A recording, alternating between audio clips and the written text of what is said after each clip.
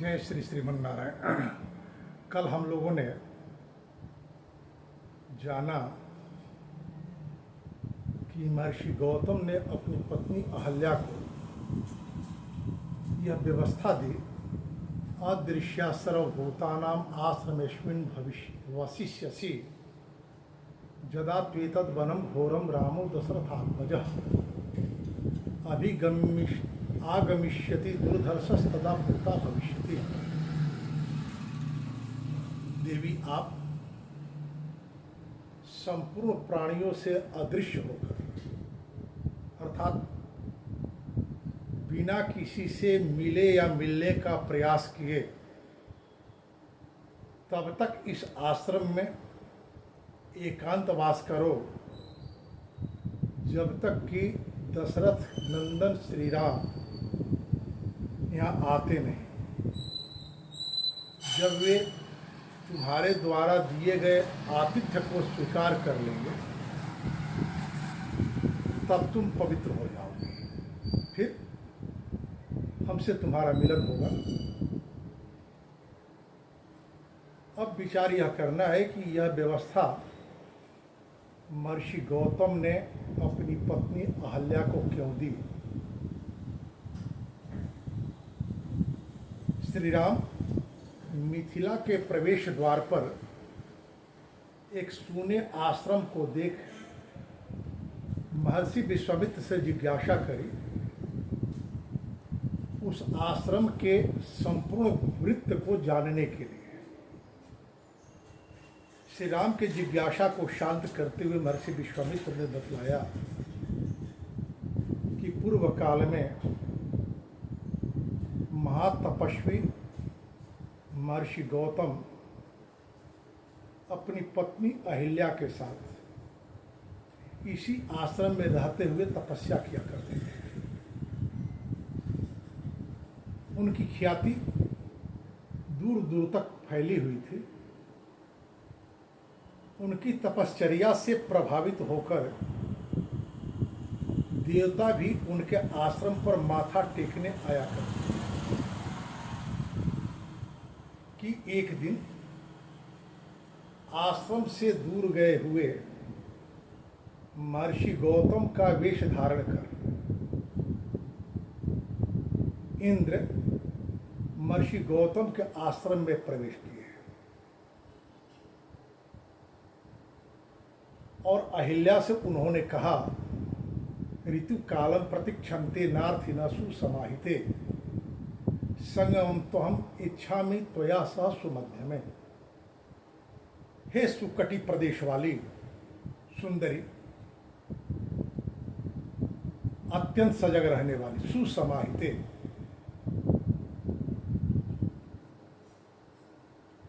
रति की इच्छा करने वाले पुरुष ऋतु काल की प्रतीक्षा नहीं करते और मैं तुम्हारे साथ समागम करना चाहता हूं।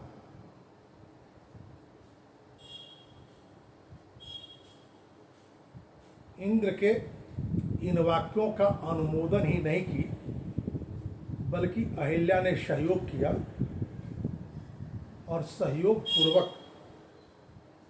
इंद्र को संतुष्ट कर स्वयं भी अपनी संतुष्टि की बात स्वीकार की और कही, अथा ब्रवीत सुरश्रेष्ठम कृतार्थे नान्तरात्मना, कृतार्थास्मि सुरश्रेष्ठ गच्छ सिद्धम इतः प्रभो। हे सुरश्रेष्ठ, हे देवराज, आपके इस अनुग्रह से मैं अत्यंत प्रसन्न हुई, कृतार्थ हुई। आपने मेरे मनोभाव के अनुरूप ही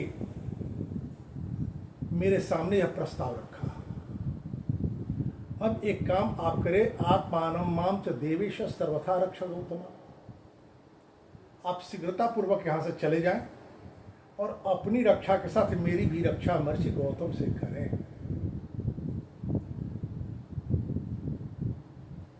अहल्या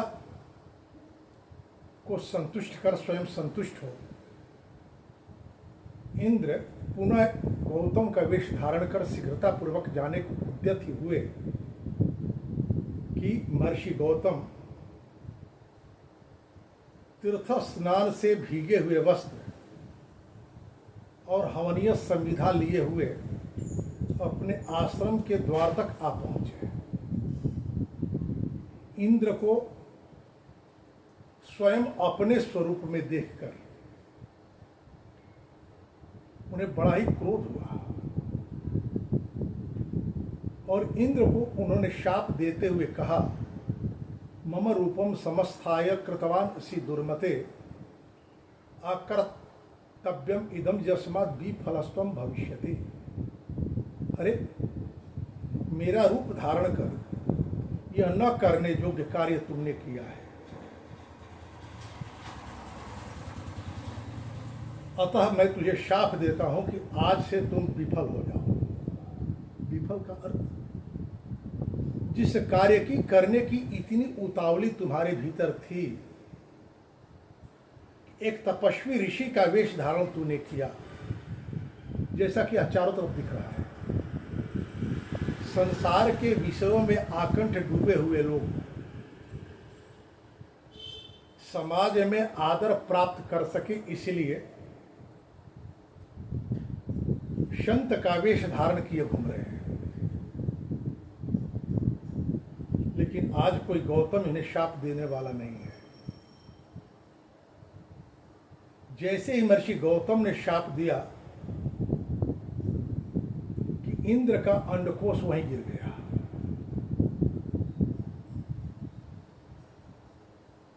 अब विचार यह करना है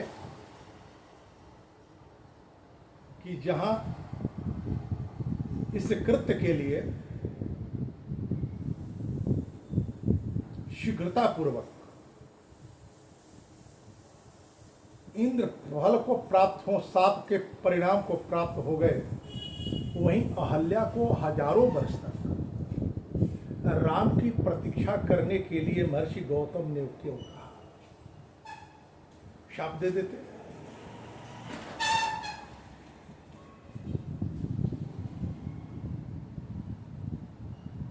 विचार करना है, भारत के ब्राह्म विवाह पद्धति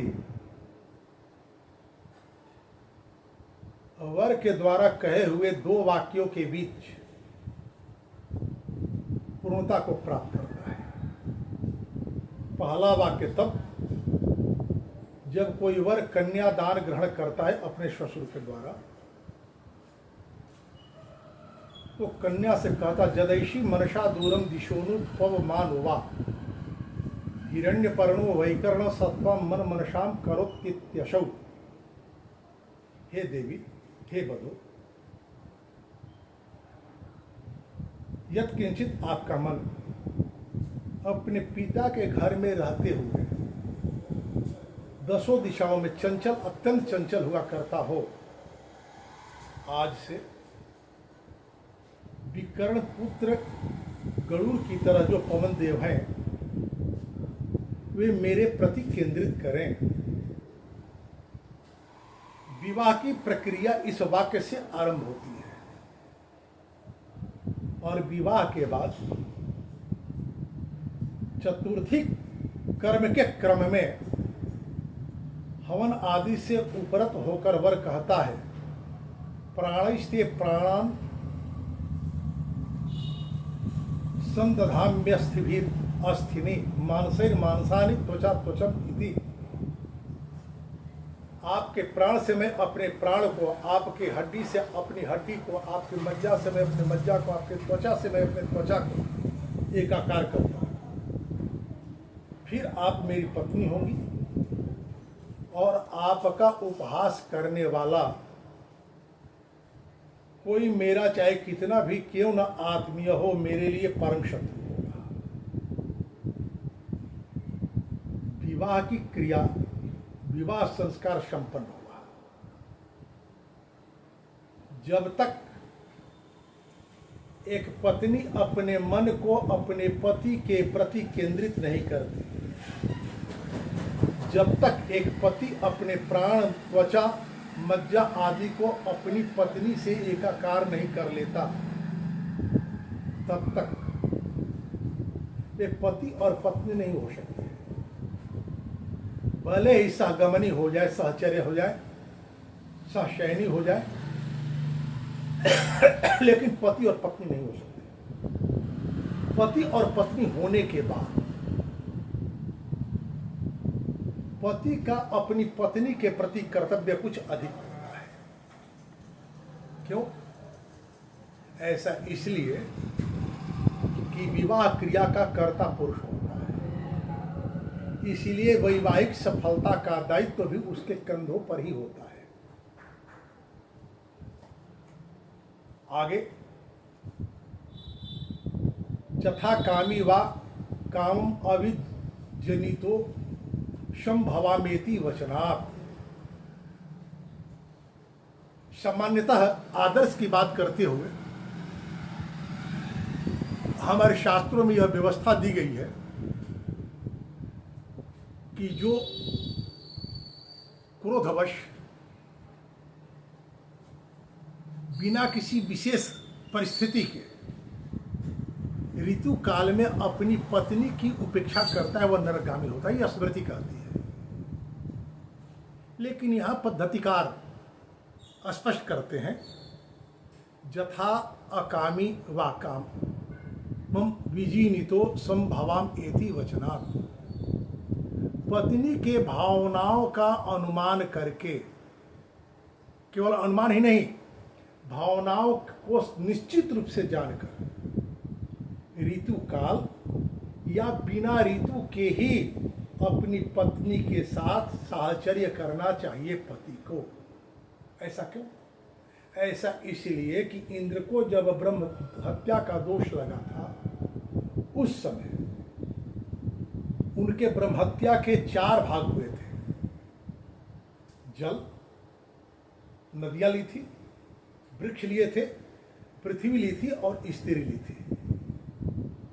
स्त्रियों ने जब उनके ब्रह्महत्या को स्वीकार किया तो बदले में स्त्रियों ने उनसे प्रार्थना की, प्रतिदान लिया कि ऋतु काल के आरंभ होने के बाद मैं ऋतु स्राव के बाद परम पवित्र हो जाएंगी और जब तक मेरी भावनाएं हैं तब तक मैं पतियों के साहचर्य को पाने का अधिकार रखती हूँ। इस संबंध में आचार्य वाराहमीर अपने बृहत संहिता में सविस्तार ये वर्णन किए हैं कि एक स्वस्थ और सुखमय दाम्पत्य के लिए पति को अपनी पत्नी के कोमल भावनाओं का सम्मान करते हुए प्रतीक्षा करनी चाहिए और उसका आदर करना चाहिए। महर्षि गौतम के संबंध में जो बातें बतलाई गई कि ये बड़े तपस्वी थे, अपनी पत्नी के साथ रहकर ये तपस्या किया करते थे। इनके तपस्या का प्रभाव दूर दूर तक ज्ञात था। देवता लोग भी इनके तपस्या से प्रभावित होकर के इनके आश्रम पर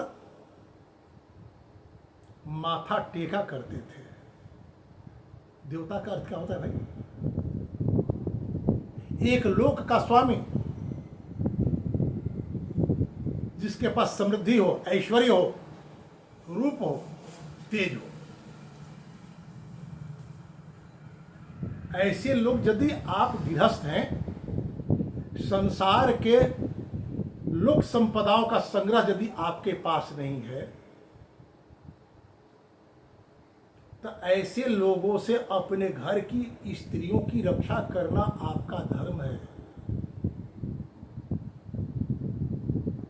पर्दा देने से आप अपनी इस घर की स्त्रियों की रक्षा नहीं कर सकते। उनके भावनाओं का आपको सम्मान करना होगा। अब विचार करें कि जब विवाह के बाद चतुर्थी कर्म के क्रम में वर कहता है मैं अपने प्राण को आपके प्राण से, अपनी त्वचा को आपके त्वचा से, अपनी मज्जा को आपकी मज्जा से, अपनी हड्डी को आपकी हड्डी से एकाकार करता हूँ, तो जिस दिन आप अपनी पत्नी के साथ संपूर्ण रूप से एकात्मता को प्राप्त हो जाएंगे, उसके बाद ही आप अपनी पत्नी के हृदयगत भावों का सम्यक प्रकार से ज्ञान प्राप्त कर पाएंगे।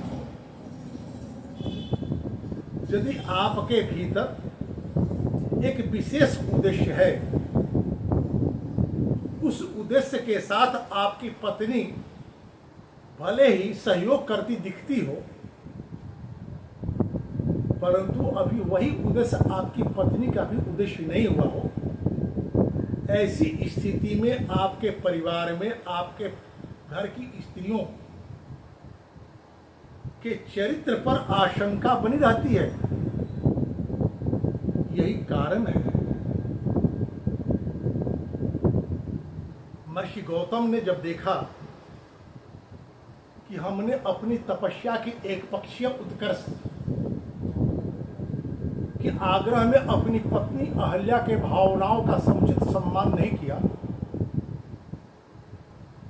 जिसके परिणाम स्वरूप इंद्र के आमंत्रण प्रस्ताव को वो स्वीकार कर। इसमें अहल्या का बहुत अधिक दोष नहीं है, दोष मेरा है। लेकिन इस दोष का प्रक्षालन होना चाहिए। तो महर्षि गौतम अपनी पत्नी के लिए यह व्यवस्था दिए कि तब तक जब तक कि राम नहीं आ जाते, आप समाज के उन लोगों से अपने को बचाए रखें जिस समाज में सांस्कृतिक चारित्रिक क्षरण की संभावनाएं बनती हैं, और उस चारित्रिक क्षरण के बाद संभावित उपहास अपवाद की मीमांसा नहीं, बल्कि समाज चर्चा करता हो, ऐसे समाज से अपने आप को दूर रख राम की प्रतीक्षा करें, राम का चिंतन करें। राम आएंगे तो आप दोष मुक्त हो जाएंगी। ऐसे मैं आपको दोष मुक्त नहीं मानता, आपकी मैं प्रतीक्षा करूंगा। यह कहकर महर्षि गौतम तपस्या करने चले गए, यह कहते हुए कि राम जब आपके द्वारा दिए गए आतिथ्य को स्वीकार करेंगे तो आप पुनः पूर्व स्थिति को प्राप्त हो जाएंगी और मेरे साथ आपका पुनर्मिलन होगा। जैसे नारायण, इसके माध्यम से हम लोगों ने जाना कि यदि आप विवाह करते हैं, वैराग्य की प्रबल प्रवृत्ति नहीं है तो आपको विवाह करना ही चाहिए, और यदि आप विवाह करते हैं तो विवाह को सजगता पूर्वक संस्कार पूर्वक आपको जीना होगा। यह दायित्व स्त्रियों के अपेक्षा पुरुषों के लिए कुछ अधिक है, क्योंकि विवाह पुरुष करते हैं, स्त्रियों का विवाह नहीं होता। स्त्रियों की स्थिति तो वह होती है कि जैसे नदियां सागर में मिलकर सागर हो जाती हैं, लेकिन यदि किंचित बीच में कोई हृद मिल जाए तो नदियों का जल सागर में जाने के बदले हृद की ओर मुड़ जाता है। स्त्री और लता की स्थिति यह है कि अपने पास खड़े स्तंभ का आश्रय लेकर उससे लिपट जाती है।